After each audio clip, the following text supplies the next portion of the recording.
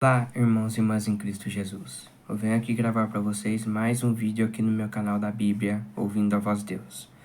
E no vídeo de hoje é a lição de número 7 da Escola Sabatina, em Cristo e Filipenses e Colossenses. É a lição de número 7, Cidadania Celestial. Mas antes de eu falar sobre este assunto, eu preciso da ajuda de vocês para se inscrever no meu canal da Bíblia, Ouvindo a Voz de Deus, deixar o seu like, ativar o sininho das notificações para receberem meu vídeo e compartilhar meu vídeo para o maior número de pessoas o conteúdo do meu canal. Eu preciso da ajuda de vocês. Agora vamos orar pedindo a sabedoria de Deus. Querido Deus e Pai, nos dê sabedoria para nós entendermos a lição, Senhor. Que o Teu Espírito Santo nos ilumine, Senhor. É isso que eu lhe peço e lhe agradeço em nome de Jesus. Amém. E o verso para memorizar diz assim em Filipenses 4,6: Não fiquem preocupados com coisa alguma, mas em tudo sejam conhecidos diante de Deus os pedidos de vocês, pela oração e pela súplica com ações de graças. A lição dessa semana conclui o estudo de Filipenses e está repleta de lições valiosas para a vida diária. Muitos dos altos valores morais que guiaram a vida do apóstolo Paulo são encontrados nos versos finais da epístola, semelhante aos ensinamentos de Jesus, que focam a pessoa interior. O que Paulo compartilha são segredos para viver uma vida cristã alegre. Mesmo quando as coisas não acontecem do jeito que planejamos, o que acontece com a mais frequência do que gostaríamos, não precisamos ficar preocupados, ansiosos ou desanimados. Em vez disso, podemos recorrer a princípios que nos fortalecem para enfrentar os desafios da vida, permitindo-nos experimentar uma paz interior duradoura que somente Deus pode proporcionar. O presente e o futuro estão em suas mãos. Ele supre tudo do que precisamos. Somente Deus, Ele pode suprir do que a gente precisamos. Nós não podemos ficar preocupados, ansiosos, desanimados. Deus está no controle. Deus sabe todas as coisas. O presente e o futuro estão em suas mãos. A gente não pode ficar preocupado. Confie em Deus e entregue tudo nas mãos de Deus. O mais importante, não precisamos colocar nossas esperanças em sistema de governo terrenos, que frequentemente nos decepcionam. Como cristãos, somos cidadãos do reino celestial de Deus. E com essa cidadania, vêm privilégios maravilhosos e também responsabilidades. Nós não devemos colocar nossas esperanças em governos terrenos. Esses governos só vão decepcionar nós. A nossa esperança está no reino celestial, que somos cidadãos do reino celestial de Deus. Deus é o nosso governante. A nossa esperança está na mão de Deus. E a nossa cidadania vem privilégios maravilhosos e também responsabilidades. Governos terrenos só prometem, mas não cumprem o que eles falam. Vamos para a parte de domingo, modelos de conduta. Todos nós, em algum momento, encontramos pessoas que admiramos e queremos imitar. Para as crianças, é especialmente importante que elas tenham bons modelos nos primeiros anos de vida. Geralmente, esses ideais são o pai e a mãe.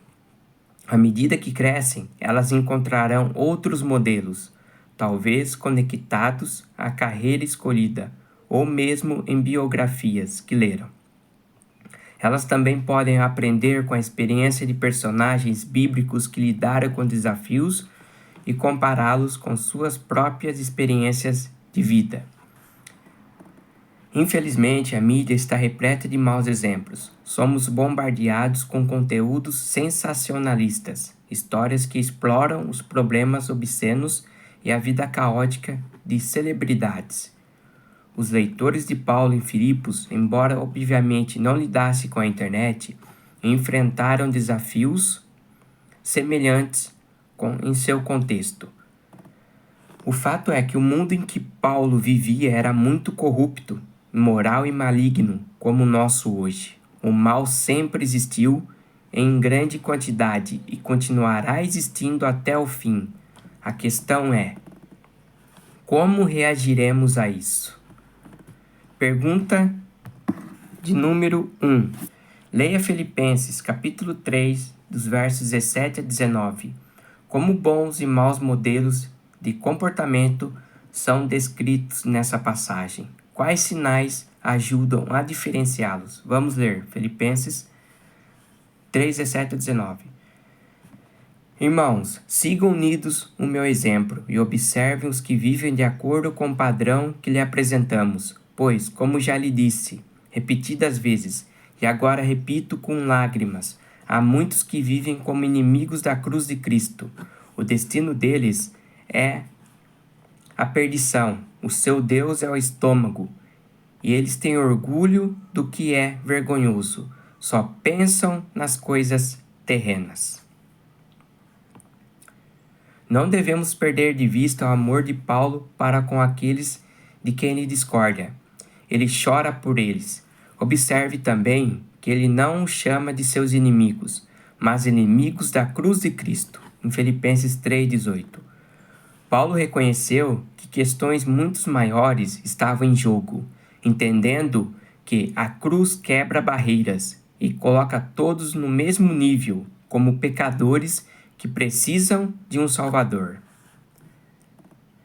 Efésios 2, verso do 11 a 14. Além disso, é preciso ressaltar como Paulo exorta os filipenses a se concentrarem nos bons exemplos, não nos maus, a observar cuidadosamente aqueles cujo modo de vida é muito parecido com o dele. Curiosamente, Paulo usa uma linguagem semelhante ao alertar os romanos. Note bem aqueles que provocam divisões e escândalos, em desacordo com a doutrina que vocês aprenderam. Afastem-se deles. Romanos 16, 17. Os enganadores em Roma são descritos como aqueles que não servem a Cristo, nosso Senhor, e sim a seu próprio ventre. Romanos 16, 18.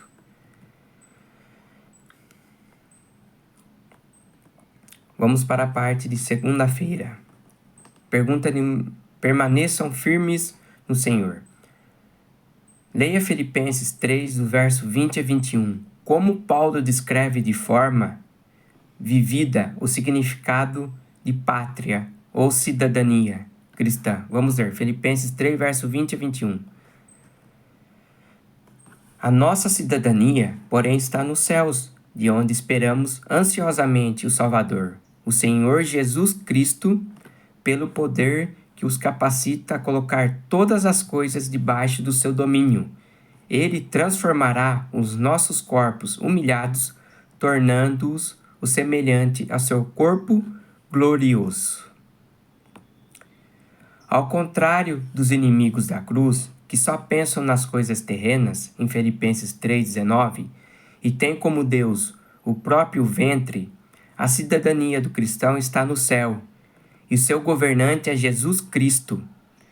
Para reforçar essa ideia, Paulo destaca a necessidade de que o nosso corpo humilhado, em Filipenses 3,21, sujeito a doenças, deterioração e morte, seja transformado para se tornar semelhante ao corpo glorioso de Cristo na ressurreição.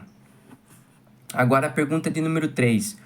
Como os seguintes textos descrevem o estado glorificado? Vamos ler Jó 19, 25 a 27. Eu sei que o meu Redentor vive, e que no fim se levantará sobre a terra. E depois que o meu corpo estiver destruído e sem carne, verei a Deus. Eu verei com meus próprios olhos, eu mesmo, e não outro, como anseia no meu peito o coração. Outro texto, Lucas 24, 39. Aqui Jesus no seu estado glorificado. Jesus falando assim: vejam as minhas mãos e os meus pés, sou eu mesmo. Toquem-me e vejam um espírito, não tem carne nem ossos, como vocês estão vendo que eu tenho. Lucas 24, 39.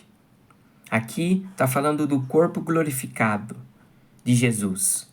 Que Jesus aqui apareceu para os discípulos em seu corpo glorificado. Outro texto, 1 Coríntios 15, 42 a 44. Vamos ler. Assim será com a ressurreição dos mortos. O corpo que é semeado e perecível e ressuscita imperecível é semeado em desonra e ressuscita em glória. É semeado em fraqueza e ressuscita em poder. É semeado um corpo natural e ressuscita um corpo espiritual. Se há corpo natural, há também corpo espiritual. Outro texto, 1 Coríntios 15, versos 50 a 54. Vamos ler. Irmãos, eu lhes declaro que carne e sangue não podem herdar o reino de Deus, nem o que é perecível pode herdar o imperecível. Eis que eu lhes digo um mistério: nem todos dormiremos, mas todos seremos transformados, num momento, num abrir e fechar de olhos, ao som da última trombeta. Pois a trombeta soará, os mortos ressuscitarão incorruptíveis, e nós seremos transformados.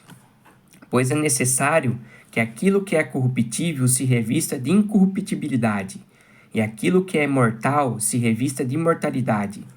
Quando, porém, o que é corruptível se revestir de incorruptibilidade, e o que é mortal de mortalidade, então se cumprirá a palavra que está escrita: a morte foi destruída pela vitória. Outro texto, Colossenses 3, 4. Quando Cristo, que é a sua vida, for manifestado, então vocês também serão manifestados com Ele em glória. Por meio de Jesus, a morte, o último inimigo, será destruída. Em 1 Coríntios 15, 26. Essa é a nossa maior esperança, a promessa suprema que temos em Cristo. Não apenas o fim da morte, mas um corpo totalmente novo, um corpo glorioso, em Filipenses 3, verso 21. Em um livro sobre como encontrar salvação sem Deus, que argumenta de forma bastante questionável que superar o medo da morte é a verdadeira salvação, o autor Luke Ferrer reconhece que o cristianismo nos permite não apenas transcender o medo da morte, mas também vencer a própria morte. E ao fazer isso, em termos de identidade individual, em vez de anonimato ou abstração, parece ser a única crença que realmente oferece uma vitória definitiva da imortalidade pessoal sobre nossa condição de mortais. A British Story of Touget, Nova York. Harper Collins, 2011, página 90.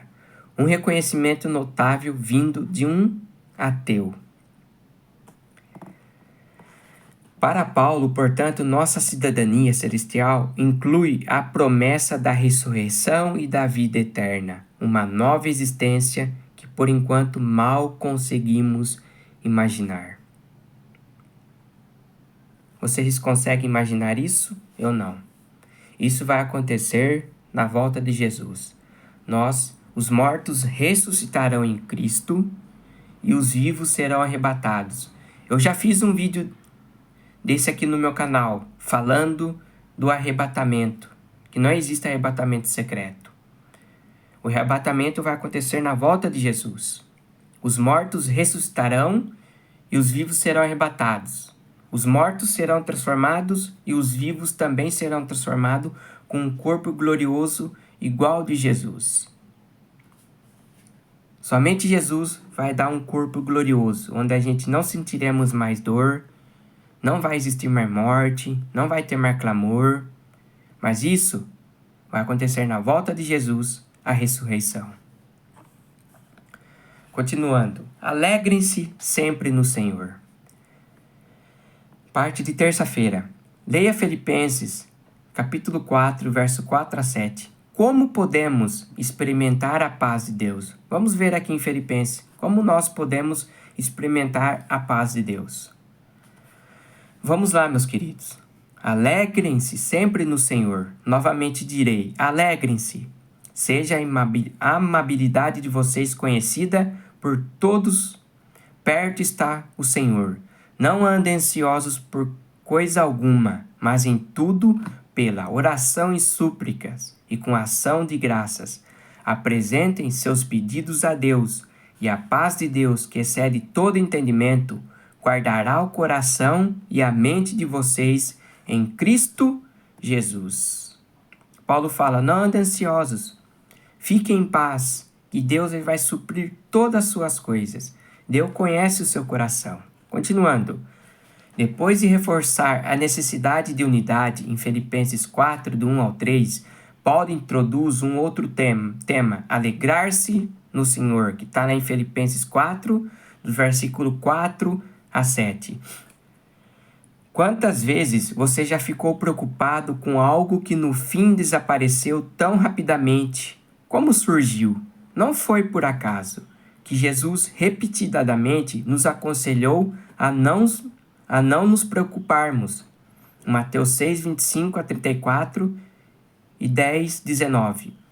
Pedro reforça esse princípio ao declarar, lance sobre ele todas as suas ansiedades, porque ele cuida de vocês. 1 Pedro 5, 7. Na verdade, o aumento dos problemas no mundo deveria nos encher de esperança, pois indica que a volta do Senhor está próxima. Mateus 24, 33 e Lucas 21, 28 e Tiago 5, 8. A maneira de vencer a ansiedade em qualquer situação é apresentar tudo a Deus em oração com fé, em Filipenses 4, versos 6 e 7. Devemos confiar que nossas orações já foram ouvidas, mas antes de ver o resultado, pois Paulo nos orienta a orar com ações de graças. Além disso, ele usa a palavra súplica, em grego que é deesis, que se refere a momentos de grande necessidade e urgência, em Lucas 1,13 e Filipenses 1,19 e 1 Timóteo 5,5 e Tiago 5,16. Nossas orações, meus queridos irmãos, irmãs, são apresentadas como pedidos, mas podemos ter certeza de que foram ouvidas desde que sejam feitas segundo a sua vontade. 1 João 5,14. Com essa confiança, podemos descansar e ter paz, sabendo que tudo que colocamos diante de Deus está sob o seu cuidado. Então, as nossas orações estão sob o cuidado de Deus. A nossa oração sobe o que? Como aroma suave para Deus. As nossas orações são como um pedido para Deus. Mas nós temos que confiar que as nossas orações já foram ouvidas. E temos que entender que é pela vontade de Deus. Nós oramos, nós queremos que Deus já responde. Não é assim. Tem que ser como a vontade de Deus. Nós temos que entender isso. Entender que é a vontade de Deus e não a nossa vontade. Parte de quarta-feira. Pense nessas coisas. O que nós devemos pensar? Em que coisas nós devemos pensar? A paz que excede todo entendimento também guardará o coração e a mente de vocês em Cristo Jesus. Filipenses 4, 7. Nosso interior precisa de proteção. Curiosamente, Paulo usa em Filipenses 4, 7 uma metáfora militar ao falar da paz de Deus. O verbo grego poreu descreve a guarda de soldados, protegendo uma cidade contra invasões. Em 2 Coríntios 11:32, compare com Atos 9:24. Outro aspecto essencial da paz interior em harmonia com a vontade de Deus. Grande paz tem os que amam a tua lei. Para eles não há nada que os faça tropeçar. Quem guarda a lei de Deus nunca vai tropeçar, porque a lei de Deus é o amor de Deus. Deus mostra seu amor através de sua lei. Pergunta número 6. Leia Filipenses 4, verso 8 a 9. Que ações específicas são recomendadas? Vamos ler Filipenses 4, 8 a 9? Vamos ler. Finalmente, irmãos, tudo que for verdadeiro, tudo que for nobre, tudo que for correto, tudo que for puro, tudo que for amável, tudo que for de boa fama, se houver algo de excelente ou digno de louvor, pensem nessas coisas. Ponham em prática tudo que vocês aprenderam, receberam, ouviram e viram em mim, e o Deus da paz estará com vocês. Em Filipenses 4, 8 e 9, Paulo apresenta uma lista de 6 virtudes, seguida por um breve resumo delas e um incentivo para que os crentes sigam seu exemplo. Essa exortação final se encaixa bem no contexto greco-romano de Filipos, em que havia um forte enfoque tanto na virtude quanto no exemplo. No entanto, o destaque está nas virtudes bíblicas, o que fica evidente pela ausência das 4 virtudes cardeais gregas: prudência, justiça, temperança e coragem. Primeira virtude, verdadeiro. Não por acaso, a lista começa com a virtude central da Bíblia, a verdade frequentemente enfatizada por Jesus. Em verdade lhes digo, em todo o Novo Testamento, que está lá em Atos 26, 25, Romanos 1, 18, 1 Coríntios 13, 6, 2 Coríntios 4, 2, Efésios 4, 15, 1 Timóteo 3, 15, Tiago 1, 18, 1 Pedro 1, 22 e 1 João 2, 21. Eu quero ler 1 João 2, 21 para vocês. Vamos ver. Não lhes escrevo porque não conhecem a verdade, mas porque vocês a conhecem e porque nenhuma mentira procede da verdade. Então, que nenhuma mentira procede da verdade. Isso quer dizer que a Bíblia é a verdade. Que vocês leiam esses outros textos também. Eu só não vou ler porque, como eu já falei em meus vídeos, o meu vídeo vai ficar muito longo. Segunda virtude, respeitável. O termo grego se refere a uma virtude pessoal. Compare com os outros usos. Em 1 Timóteo 3, 8 e 11 e Tito 2, 2. Terceira virtude, justo. Essa virtude é definida pelo caráter justo de Deus, que está lá em Filipenses 1, 7. Puro. Os pensamentos e ações aliados com a justiça que vem de Deus pela fé. Quinta virtude, amável. Refere-se à beleza e harmonia vistas amplamente na criação de Deus. Sexta virtude, de boa forma, traduzida também como admirável, amável, cativante e gracioso. É a sexta virtude. Para evitar qualquer interpretação equivocada, Paulo acrescenta 2 qualificações dessas virtudes, o que é excelente e digno de louvor. São essas as qualidades celestiais que devem ocupar nossos pensamentos. Para remover qualquer dúvida ou erro de interpretação, ele chama todos a praticar o que aprenderam, receberam, ouviram e viram. Então a nossa mente tem que ocupar por coisas boas, com a palavra de Deus, não com coisas ruins, que só atrapalham a nossa mente. Como eu disse, pense nas coisas do alto, no céu, nas coisas do céu, nas coisas do alto. Nós temos que ocupar a nossa mente com essas coisas. Parte de quinta-feira, o segredo do contentamento. Aqui em Filipenses 4, do 10 a 13 e o versículo 19, que princípios Paulo revela para viver com alegria e contentamento. Vamos ler aqui em Filipenses 4, dos versos 10 a 13 e o versículo 19. Vamos lá. Olha o que o apóstolo Paulo vai dizer aqui. Alegro-me grandemente no Senhor, porque finalmente vocês renovaram o seu interesse por mim.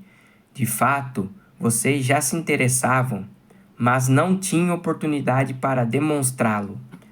Não estou dizendo isso porque esteja necessitado, pois aprendi a adaptar-me a toda e a qualquer circunstância.